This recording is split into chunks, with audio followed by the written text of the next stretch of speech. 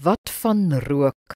1 Korintiërs 6 vers 12 sê, alles is my geoorloof, maar nie alles is voordelig nie. Alles is my geoorloof, maar ek sal my deur niks laat oorheers nie.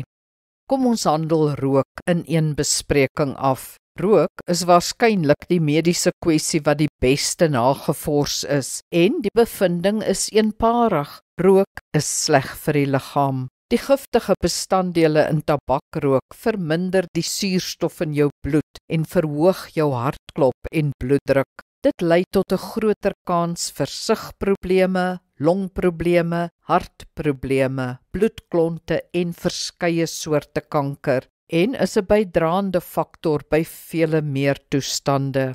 Rook en ook damprook is uiters ongesond.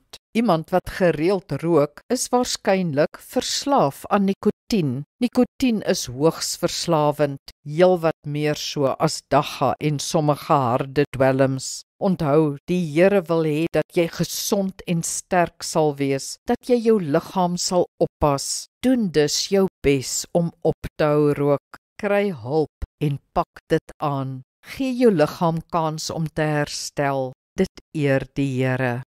Kom ons bid saam. Hemelse Vader, help my om my deur niks te laat verslaaf nie.